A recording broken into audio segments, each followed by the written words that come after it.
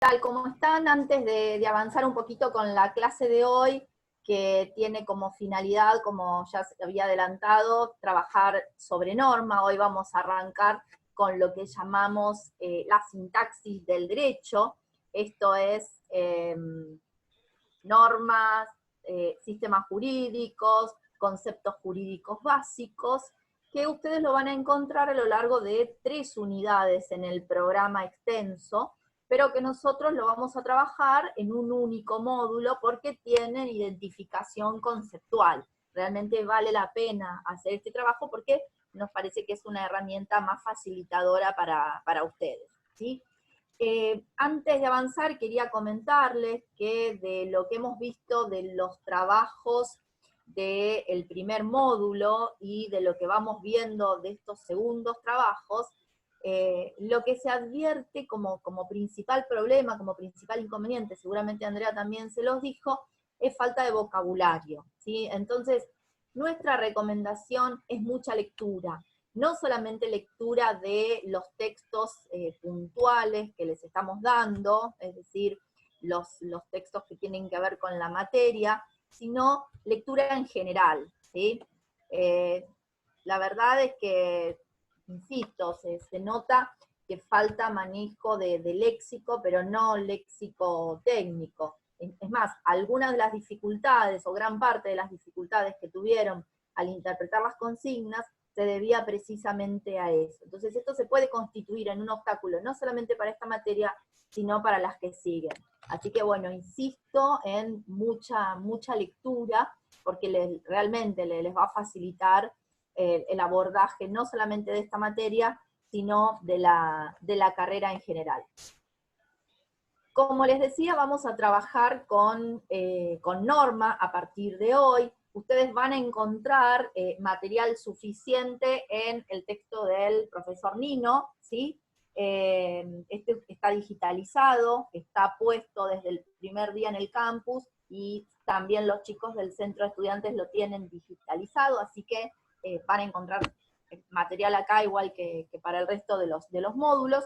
Y también yo les he dejado ya 3 capítulos de este texto, ¿sí? Que todavía he recibido preguntas, por eso hoy lo tengo acá para mostrárselos, que es el libro del profesor Portela, que es el titular emérito, y vamos a trabajar 3 unidades, 3 capítulos correspondientes a este libro, que siguen muy bien los principales objetivos que presenta este módulo. Si alguien entró al campus ya habrá visto que están puestos cuáles son los objetivos en cada una de las 3 unidades conceptuales, tanto respecto de qué se espera que se logre respecto de la norma jurídica, es decir, el concepto de norma, respecto de los conceptos básicos del derecho, o respecto de los sistemas, ¿sí?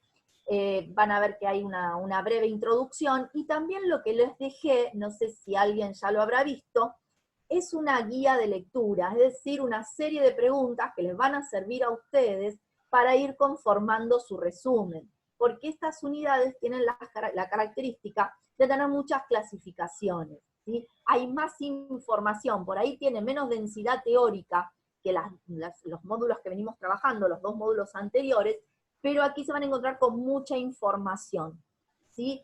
Que, insisto, por ahí a primera lectura aparece más sencilla, pero que sin embargo es más en cantidad, quizá. Entonces nos pareció que darles una guía de lectura les va a venir bien para conformar lo que sería una especie de machete de estudio, ¿sí? Un resumen. Así que si ustedes van completando la lectura de los temas siguiendo estas preguntas, nos parece que va a ser de bastante utilidad. Les vamos a dejar... Sí, decime. ¿Qué capítulos del libro de Nino tenemos que El libro de leer? Nino es el capítulo 2, las normas jurídicas. Vamos a arrancar con ese por ahora, ¿sí? Capítulo Listo, 2, gracias. que les digo, en la edición que tengo yo, es a partir de la página 63, tienen norma, a partir de la página 101 empieza sistemas, y de la 165 conceptos, ¿sí? Como ven, es más información que en relación a los módulos anteriores.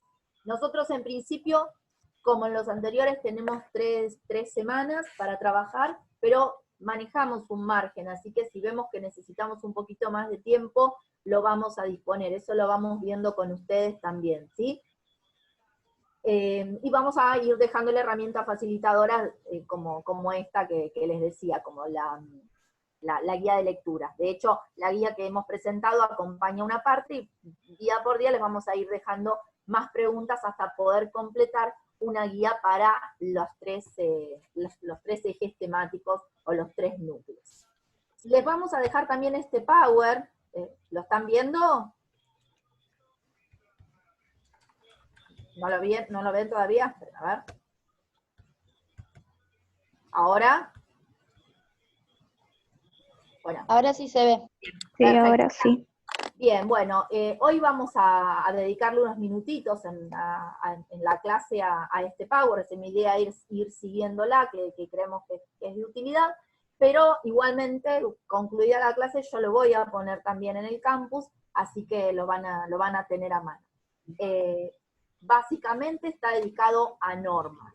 ¿Cuál es nuestra intención con esta presentación? Que ustedes tengan un pantallazo general de 4 teorías, ¿sí? 4 miradas distintas respecto de las normas jurídicas. La de von Wright, que fue un lógico, la de Kelsen, un representante del positivismo jurídico, la de Hart, que también es un representante del positivismo jurídico pero metodológico, y la de Ronald Dworkin, que es un postpositivista o un justnaturalista atenuado. A cada uno de esos autores le vamos a preguntar cuál es el concepto de norma que nos aporta, porque es un concepto que, al igual que otros que hemos venido viendo, es ambiguo, es vago, es impreciso, ofrece complejidades al lector y se resiste a una definición unívoca, ¿sí? Entonces vamos a ver qué es norma para cada uno. Por eso, si nosotros en un examen, en un trabajo práctico, pusiéramos una pregunta que dijera, conceptualiza norma jurídica, ustedes tendrían que contestar que es imposible responder a esa pregunta, porque tendría que ir acompañada para estar correctamente formulada de qué es una norma jurídica para tal teoría, o qué entiende tal autor por norma jurídica. Y de esa manera se lo vamos a presentar a partir de hoy a ustedes, siempre teniendo en cuenta estas miradas distintas, estas aproximaciones teóricas que en muchos casos van a diferir, ¿sí? ¿Y por qué va a estar condicionada esta forma distinta de ver al fenómeno normativo? Justamente por el posicionamiento teórico, ¿sí? Por eso vemos diferentes autores que van a trabajar desde diferentes ámbitos. Entonces, hoy vamos a iniciar este módulo en el que vamos a trabajar normas, conceptos básicos y sistemas, y arrancamos por normas jurídicas, ¿sí? ¿Qué entendemos por norma jurídica? Bueno, como dice Nino, parece una perogrullada, pero en realidad las normas jurídicas pertenecen a un grupo mucho mayor de normas que no son solamente jurídicas. Normas encontramos en nuestra vida social, en nuestra vida de relación. Normas tenemos morales, tenemos normas sociales, de manera que las normas jurídicas serían una porción. Y además es importante tener en cuenta esto que está por acá, yo muevo el cursor, no sé si se ve mucho, y es que nos estamos ubicando en lo que conocemos como uso prescriptivo del lenguaje. ¿Se acuerdan cuando en el primer módulo vimos diferentes usos o diferentes funciones del lenguaje? Había una pregunta, si no me equivoco, en el trabajo práctico que indagaba respecto de que ustedes vieran o aportaran su opinión respecto de cuál les parecía que era el uso más útil o más interesante al derecho, pues aquí estamos con una respuesta a esa pregunta. El uso prescriptivo del lenguaje es aquel en el que se expresan las normas, ¿sí?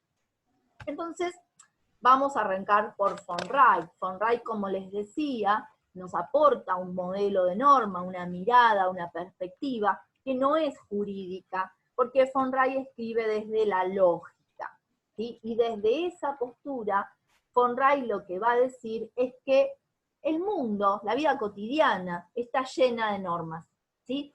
Pero que algunas de esas normas son mejores candidatas a constituirse en normas jurídicas, es decir, a constituirse en eso que para nosotros son los elementos básicos en el proceso de la comunicación que se produce en el derecho, es decir, las unidades básicas que conforman los sistemas jurídicos. Y este conjunto, a esta multiplicidad, a esta variedad de normas que von Wright encuentra en el mundo, la va a dividir en lo que él denomina grupos principales y grupos secundarios. Es decir, va a ser una clasificación que recuerden ustedes del primer módulo, las clasificaciones no son ni verdaderas ni falsas, ni correctas ni incorrectas, sino que son más o menos útiles a el fin que tenemos. ¿Cuál es la finalidad que se propone aquí von Wright? Pues definir o aportar una conceptualización útil de normas jurídicas.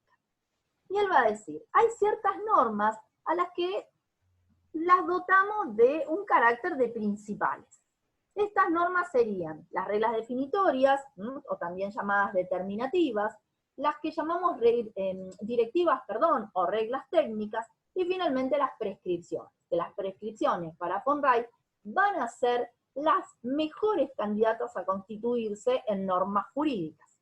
Pero acá no termina la cosa. Junto con estas, que serían las principales normas que nos rodean en nuestra vida cotidiana, hay otro grupo también de normas secundarias, o grupos secundarios de normas. Y aquí vamos a ubicar a las normas ideales, a las costumbres, y también a las normas morales. Y podemos hacer un repasito rápido respecto de cada una de ellas. Si vamos a los grupos principales de normas, vamos a encontrar que las reglas definitorias o determinativas son aquellas que definen o determinan una actividad. Por ejemplo, las reglas de los juegos. Ahora que estamos en cuarentena y hasta hemos llegado a jugar juegos de mesa, cosa que habíamos abandonado, nos encontramos con que desempolvamos un juego, no sé, por ejemplo, en mi caso, estuve jugando al Carrera de Mente, y bueno, había que saber las reglas, ¿sí? ¿Por qué? Porque las reglas son las que definen o determinan, fíjense, definitorias o determinativas, son las propias reglas las que definen o determinan un determinado juego. Piensen aquellos que son más adeptos al deporte, en las reglas del fútbol, por ejemplo. ¿Estaríamos jugando al fútbol si en la cancha cada equipo, en vez de poner 11 jugadores, pusiera 7 en el campo de juego y 1 en el arco? Ya se rompe una regla determinativa o definitoria. Ya haría que lo que jugamos no sea fútbol. O si en vez de 11 son 5. Y ahí ya estaríamos jugando al fútbol 5, ya sería otro deporte. ¿Y qué ocurre si en vez de que la pelota tenga que entrar en un arco, tiene que entrar en un cesto? Ahí puede ser que nos vayamos a otro deporte o que directamente estuviéramos jugando alguna actividad que no sea ningún deporte reglado, porque no está cumpliendo las reglas de ninguno, en definitiva. Entonces, las reglas definitorias o determinativas son aquellas que definen o determinan la actividad a partir del cumplimiento de ellas, ¿sí?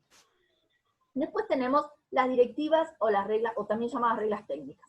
Son aquellas que me indican un medio para alcanzar un fin. Por ejemplo, si quiero encender el televisor, tengo que apretar tal botón, ¿sí? Si yo quiero que funcione, tener una reunión, una clase virtual en Zoom, tengo que programar una reunión. Si yo quiero programar una reunión, tengo que entrar a la página de Zoom, ¿sí? Reglas que me indican técnicamente cierta actividad que tengo que realizar, ¿sí? Si usted quiere recibirse de abogado, es necesario que estudie y apruebe cada una de las materias. Y siguen las prescripciones. Estas que habíamos dicho son las más importantes en la teoría de von Wright. Las prescripciones tienen la característica de emanar de una autoridad. Fíjense que en cambio las reglas directivas o las reglas técnicas no hay una autoridad. Habrá alguien que sugiere, puede darnos una mano, pero no necesariamente una autoridad. Lo mismo con las definitorias o determinativas. La autoridad no es la que va a marcar la regla, sino que es la que crea el juego, digamos. Pero las prescripciones parten de una autoridad, que es lo que llamamos una autoridad normativa, es el emisor de esa norma.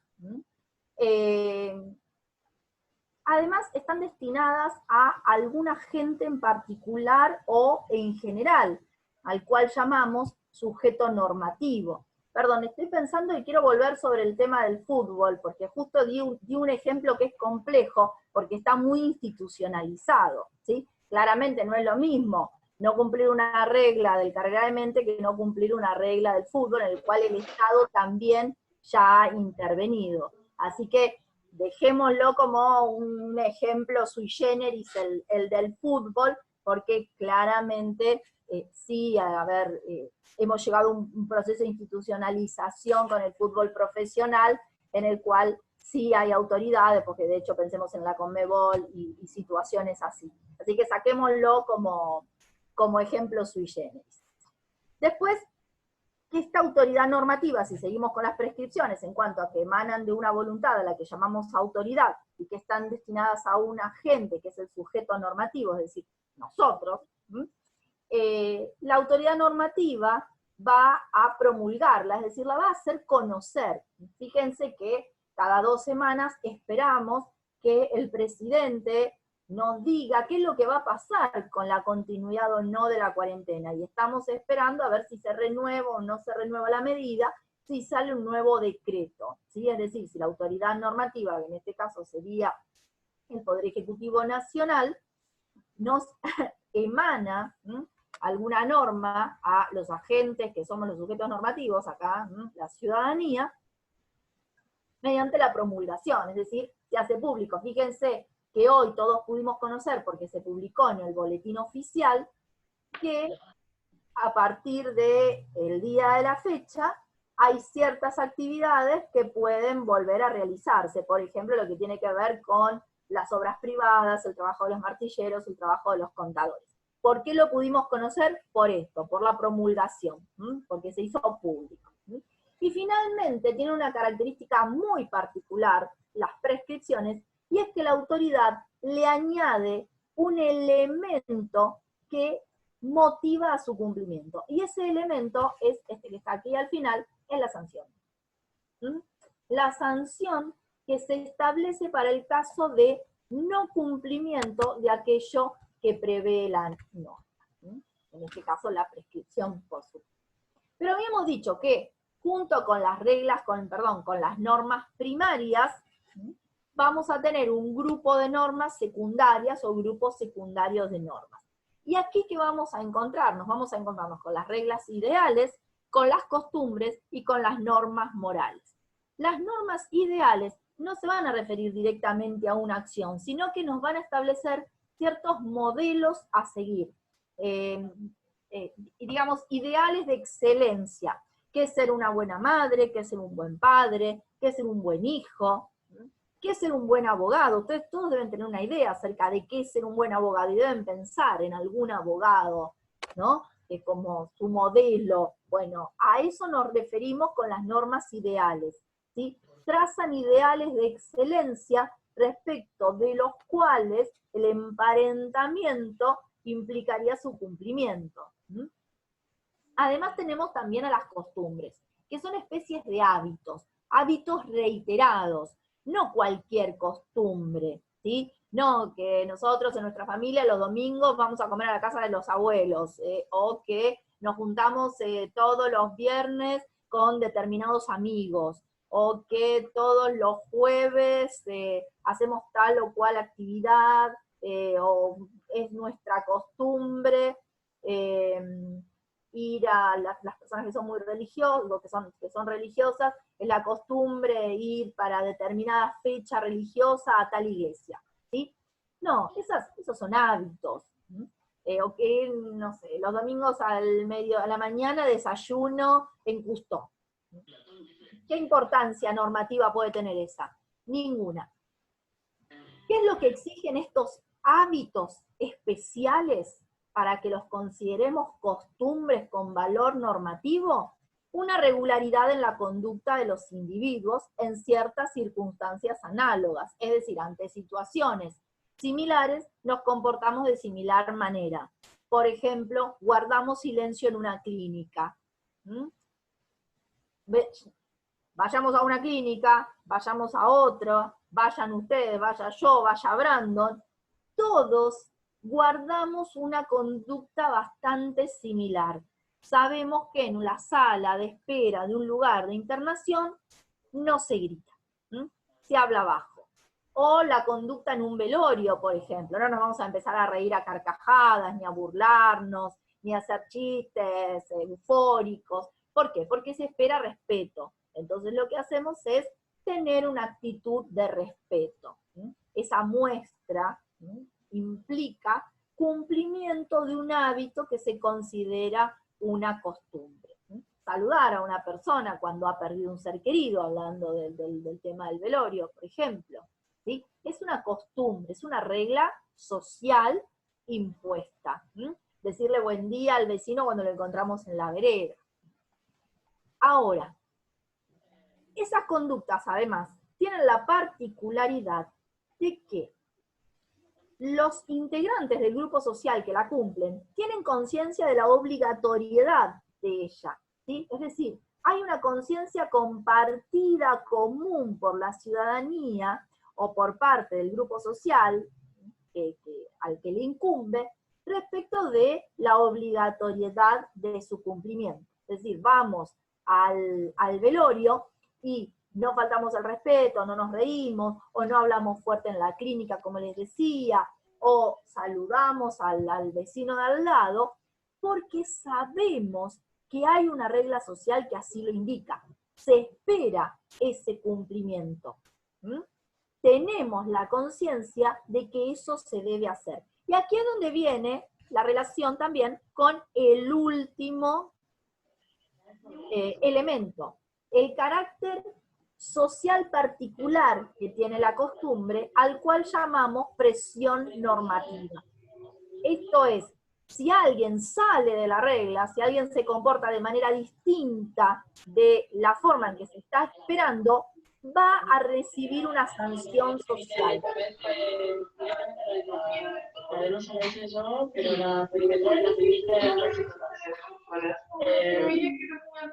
¿Pueden silenciar los micrófonos, por favor?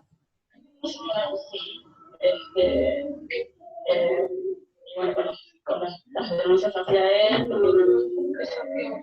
dieron los niveles cautelares. Perdón, si pueden silenciar los micrófonos, porque hay alguien hablando que no sé quién es.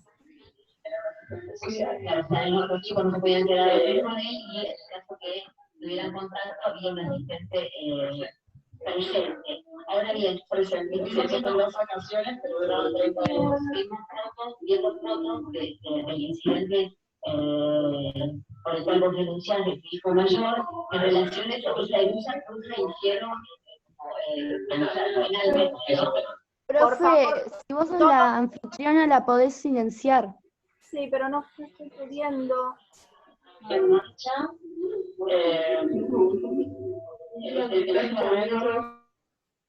Ahí está, listo. No sé por qué habían quedado abiertos, gracias.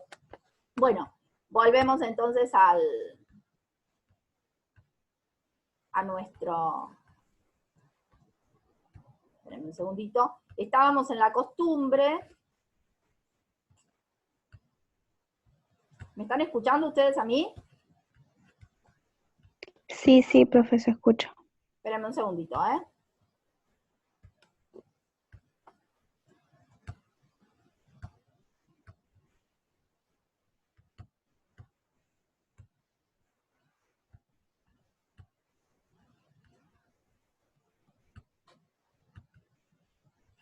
Bueno, entonces, volvemos.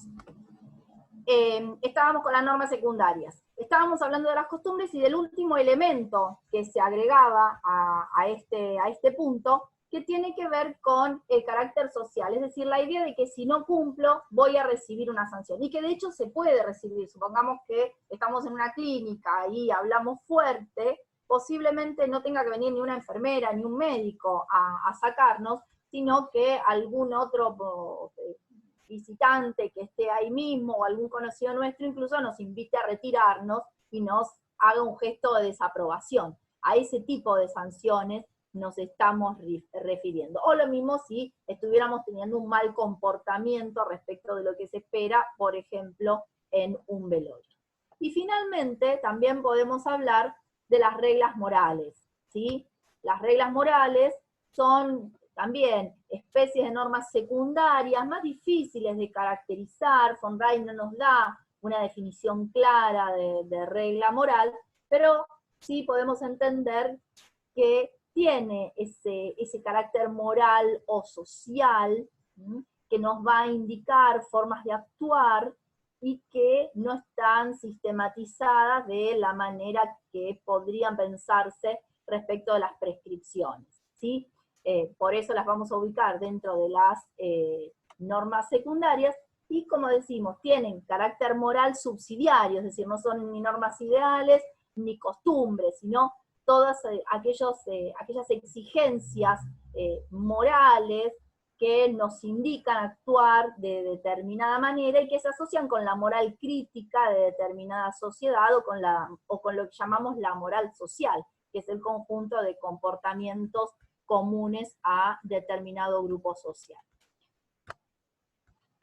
Después, si nosotros seguimos la teoría de Von Wright, nos vamos a encontrar con que él hace una interesante descripción de cada uno de los elementos que definen a las prescripciones. Por eso ven que todas las caracterización que él hace de norma es una caracterización definitoria a partir de los elementos que identifica en ella, y que yo les diría los pasemos por alto para no demorar, porque nos quedan apenitas 10 minutos, ahí ya el sistema me avisó, y no quisiera demorarme en algo que es mera clasificación y que ustedes van a poder leer tranquilamente. Sí me interesa detenerme aquí, en lo que llamamos el núcleo normativo, esto es en el carácter, en el contenido y en la condición de aplicación. El contenido es aquello que la prescripción, que la norma manda a hacer. Por ejemplo, cuando nosotros leemos en el artículo 79 de nuestro Código Penal que dice, al que matare se le aplicará una pena de 8 a 25 años de prisión, ¿qué es lo que el contenido, qué es lo que manda a hacer la norma o la prescripción? ¿A qué refiere? Al acto de matar. El carácter es la modalización, es qué es lo que dice el derecho respecto de esa conducta. ¿Cuál conducta? Matar, a la que refiere el contenido. El carácter, ¿cómo puede ser? Prohibitivo, permitivo u obligatorio. Es decir, puede ser que se permita, puede ser que se obligue, o puede ser que se prohíba. ¿Qué es lo que hace el sistema? Prohibir. Y la condición de aplicación es la circunstancia que tiene que darse para que determinada conducta se pueda cumplir, ¿sí? Y esto puede ser categórico o hipotético. En el caso de la norma que yo les he dado recién, no está calificada de esa manera, o sea, no hay una condición de aplicación especial. Supóngase, ¿cuál es la condición de aplicación? Yo les digo, cuando se retire, cierre la puerta. ¿Cuál es la condición de aplicación? Que la puerta esté abierta. ¿Cuál sería la condición para que alguien mate a otro? Bueno, que esa persona esté viva, obviamente, parece de perogrullo, pero es así y es necesario advertir. Von Wright se va a completar con esto, con que ustedes hagan un repaso a través de los elementos de las prescripciones, es decir, que completen su resumen con los puntos que están viendo en estas filminas, va a estar bien barrido el tema. Y vamos a pasar a Kelsen. No me queda mucho tiempo, de manera que de Kelsen lo que voy a decir es que las normas son juicios hipotéticos del deber ser, es decir, que pertenecen al mundo de la imputación y no al mundo de la causalidad, que constituyen, ahora vamos a ver qué es, que constituyen técnicas de motivación social indirectas, ¿sí? Y que para Kelsen el sistema jurídico se integra solo de normas que prevén sanción. ¿De qué manera? De esta que les voy a mostrar aquí.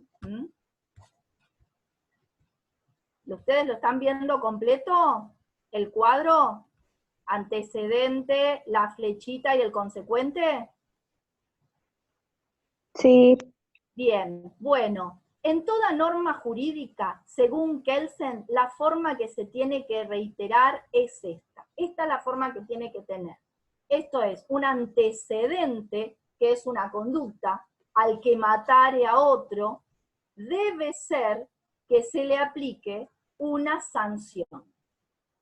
¿Por qué decimos que es un juicio condicional del deber ser? Porque Kelsen distingue lo que es el principio de causalidad del principio de imputación. Dice, el principio de causalidad está en el mundo de la naturaleza, en el cual, dada determinada condición, su efecto, su consecuencia se producirá, ¿sí? Y acá le pusimos un ejemplo, por ejemplo, si el metal es sometido al calor, se dilatará, pero se dilatará necesariamente, no depende de nada que nosotros hagamos además, no depende de la voluntad de la persona, ¿sí? Si el metal es expuesto al calor, se dilata, es una consecuencia necesaria que se sigue causalmente. En cambio, las normas jurídicas se desenvuelven en lo que llamamos el mundo o el principio de imputación. Esto es, dada determinada condición, debe ser su consecuencia, pero no podemos afirmar que vaya a ser necesariamente, ¿sí? Entonces, las normas, ¿dónde se expresan? ¿En el principio de causalidad o en el principio de imputación? En el principio de imputación, ¿sí? Por eso le pusimos esta otra filmina. Si nosotros leemos en nuestros códigos penales cómo se expresan las normas, no vamos a encontrar normas que digan, está prohibido matar, está prohibido robar, está prohibido violar, sino al que mate, antecedente, se le aplicará, debe ser que un juez aplique una sanción que va de 8 a 25 años. Pero claro, hay un montón de circunstancias que deben darse para que el juez aplique esa sanción. Debe ser que la aplique, pero el Código Penal no puede asegurar de antemano que eso va a suceder, porque la norma lo que hace, en definitiva, no es establecer un nexo causal entre un antecedente y un consecuente, sino formular un juicio de imputación. Para el caso de que alguien mate a otra persona, ese alguien entonces recibirá una sanción. En el caso concreto, si Juan mató a Pedro, entonces debe ser que un juez le aplique a Juan una pena que irá de 8 a 25 años de prisión. Por eso decimos que las normas son hipotéticas, ¿sí? Dado el caso que entonces tendremos tal consecuencia, pero además son técnicas de motivación social indirecta. Insisto, porque no le dicen al ciudadano, no mate, no robe, no hurte, sino, si usted mata, pasa esto. Al que robe, le puede pasar esto. ¿Conforme qué? Conforme un juicio de imputación. Volvamos. Si le preguntamos a Kelsen, ¿qué es una norma jurídica? Para Kelsen, una norma jurídica es un juicio hipotético o un juicio condicional, ¿sí? Es decir, un juicio en tanto un razonamiento hipotético o condicional que se desarrolla en el mundo del deber ser y en cuyo consecuente se establece una sanción. Si no hay una sanción, es decir, si no hay una amenaza de sufrir un daño para el cumplimiento de esa conducta que no se quiere, en la teoría de Kelsen no estaríamos frente a una norma jurídica, sino a una norma incompleta. Por eso esta filmina, ¿qué pasa en el caso de las normas que no prevén sanción? Este modelo simple, que propone Kelsen, en el cual solamente serían normas las que prevén sanción y el resto serían partes de normas más completas que sí las prevén, y los invitamos a leerlo, así lo volvemos a discutir en otros días, en otra reunión de Zoom, porque puede tener su dificultad. Entonces, para superar este modelo simple, viene Hart. Y si a Hart le preguntamos cómo se integra el derecho, nos va a decir, no, solo por normas que prevean sanción, no, es claramente no la respuesta, sino que junto a las normas primarias, es decir, a las reglas en terminología de los anglosajones, no usamos la palabra norma sino regla, pero estamos hablando de lo mismo, lo aclaro.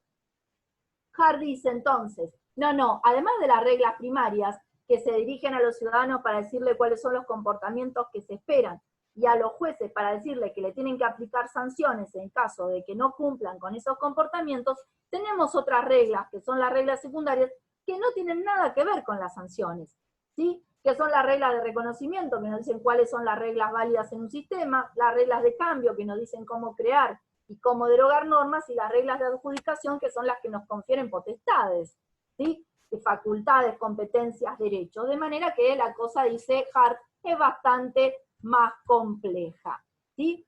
Y para avanzar un poquito más, les dejamos unas filminas también de Ronald Dworkin. Ronald Dworkin dice, además de las reglas de las que ya nos hablaron Hart y Kelsen, resulta que hay algo más que obliga igual que las reglas. ¿Y qué son esas cosas que obligan igual que las reglas? Esos entes que obligan igual que las reglas.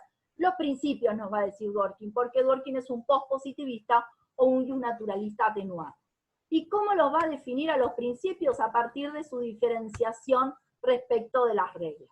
Dice, las reglas se aplican a todo o nada, es decir, si alguien mata, se aplica la consecuencia, si se da el antecedente, necesariamente aplicó el consecuente.